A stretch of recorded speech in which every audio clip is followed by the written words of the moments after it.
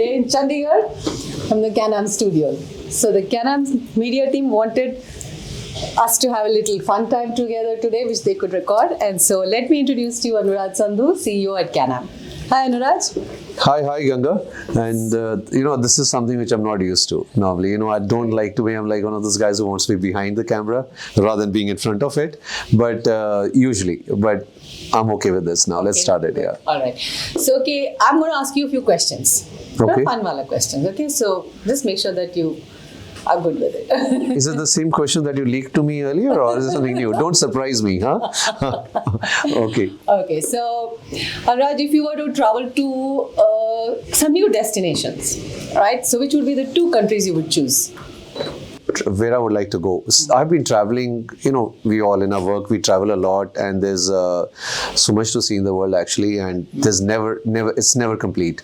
But I like to go to places which have a little bit of history to it, something which I read about in my school books, that kind of stuff. That attracts me more than just going to a place simply because I need to mark it out on my bucket list. It's not really like that. So I end up repeating some places. Okay. And so I like history and I like a little vibrant kind of places with vibrant people.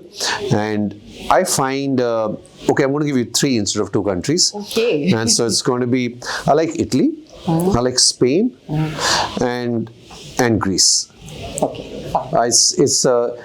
Fourth one too, Turkey. I like Turkey too. And all of them have something unique in terms of history, something we read about in the past, and I just enjoy repeating these places. All right. Okay, next question would be, what are 2 things that you think Canam team loves about Canam? There's got to be a strong two things which they love, because I think we have a unique situation. I remember talking to someone that I think in the industry, we've been in the industry for nearly 27 years now, and 28. Okay, fine. I got my math wrong. That we have ended up with so many people who have done 20 years now with the organization. There's got to be something, and I don't know. I think maybe the answer should be coming from you. Right? You tell me. You're one of those the young old person over here with us. Not old in terms of company, young in terms of personality, right? Right. So what is it that you think is good about Canam? अच्छा, मेरे पे ही सवाल. Okay, fine. नहीं सवाल नहीं, मैं help मांग रहा हूँ. I'm asking for help to answer that question. Yeah. Okay. Well, for me, I've grown with the company.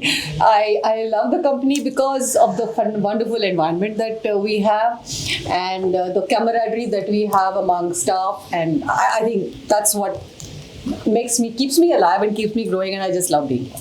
Yeah, you see, this is something which I did, like over these years. You talk to so many people, and normally anything, like when I go to a college or when I would go to school, there's something which you get up in the morning and you're not really excited about going there. And similarly, very often people with work, they get into a situation where they're not excited about going to work because it's another mundane, regular day which is happening. But because of the casualness in which we operate everywhere across wherever we are, and so always I get to hear that people are pretty excited. They love coming to the office and the environment, and every day is a new day. We do something. Right. There's a lot of challenges. True. We sit together. We discuss. There's a lot of democracy in the way we all act together. So I think overall, and probably environment is one of the key driving areas which I feel people love when they are with Canam, and we promise that to them. Right. Okay. Name 2 things that you would like to do next week. Next week, I'm going to be traveling across India along with this event that we are carrying on.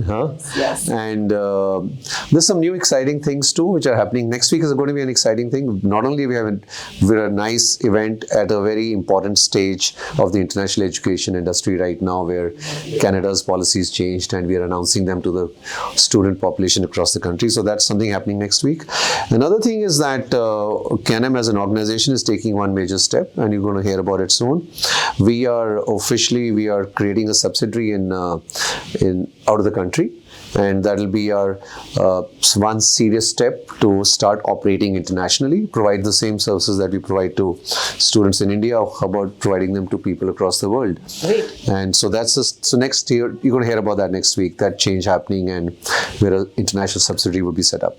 So these are two things which I don't know if I'm doing or what, but they're exciting things which are coming up. Yeah.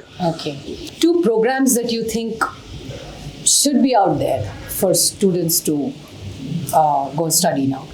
Huh? Two most popular programs that you think are the real programs for the next, let's say, 4-5 years. To me, okay, so I'll go by what the current trends are, so, but interestingly, this is a similar question which some colleges in Canada asked me when we introduced Canadian education marketing to those institutions. I remember that more than 20 years back, and colleges sit down and ask me the same question, recommend the programs to us, we'll create them for the international students or Indian students. So, first of all, I kind of lost my touch in counseling on programs, and I may not be so clued in as I should be, but programs which are related to, I think, technology or tech-driven is the key, and STEM-driven programs and artificial intelligence-related programs. There's a lot of talk about it, and I think the programs are still in their infancy, in the sense that there's still to develop everything. There's something new evolving, but that's an area which is going to be very exciting for a lot of people. And for the second program, you're going to help me out. What do you think is? What do you think? Huh? Okay, cybersecurity. Yeah, when computers get intelligent, you need to secure that too, information, right? So yeah. All right. What are the two most important things students should do when they're looking to study, in your opinion? There's so many things actually that students should be looking at. Things that you can think of. The two things which come into my mind They should do is some research.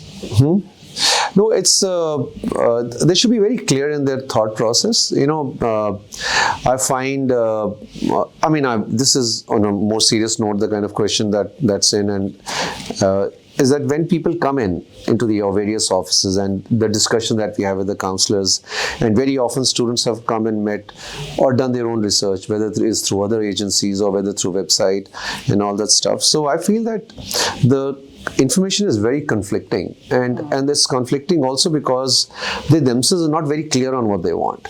And it's I personally am not very excited about, of course, as an organization we do our work and we carry on doing what we have to do, and but I don't like when question asks me that he just wants to go to Australia, he wants to go to Canada. I really wish that they would come out with that this is a profession he wants to do. Ideally, I would want a student tells me this is what he would like to do, this is what he aspires to be, and then I wish I could sit down and develop a roadmap for him as to which is the right college and the country for him in terms of aspirations. But people come with preconceived ideas because they've done their own research, and they never, and so what they start to get counsel for, what they end up with is something different. I wish they were more clear in their thought process, done a thorough research on what they want to do first, rather than the country. Right. So that's, when it comes to the country, that's a question, that's an answer where I would like a skilled or a person with experience to say that, okay, I would like to move to that country. But with a student, I like to hear that what they want to do, what they want to make out of their life, and then I can suggest to them a country. But, kids come and say, I want to go to this country and that country.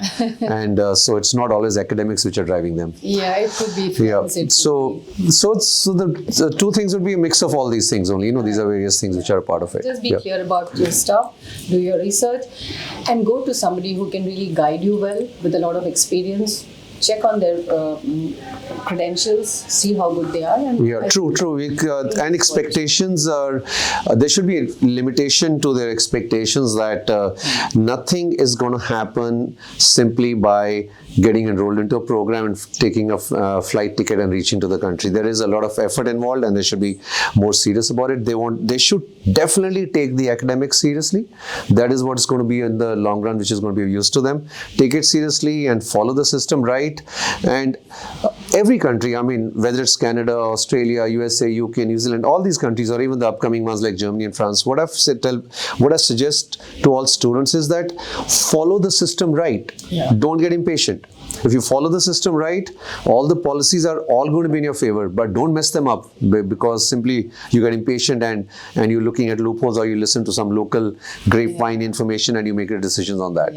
Have your firm mind. Right.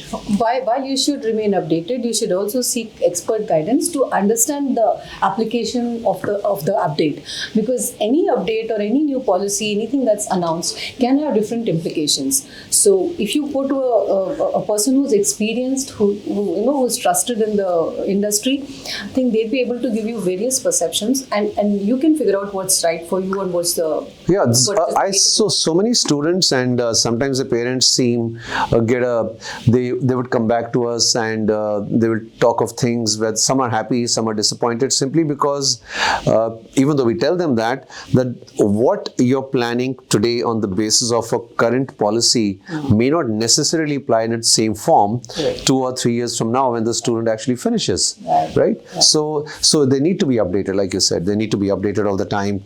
Keep in touch, and in case there is a little changes in the processes and what they want to do, what they want to pursue, that can change based on their local policies. Like I recently came across a very close friend's daughter. I was talking to her, and she went to one of the top tech universities in technology-driven universities in Canada, and she had a certain mindset. This is 4 years back, on how she's going to pursue her goal to settle down and work, get her permanent residency.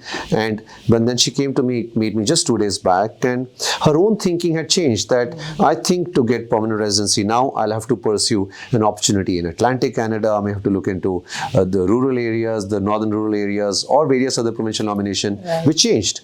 So and she was not shocked or surprised, because she always remained updated, which is very important. Thank you for watching us do this fun video. Follow us on our socials for the latest updates in international education.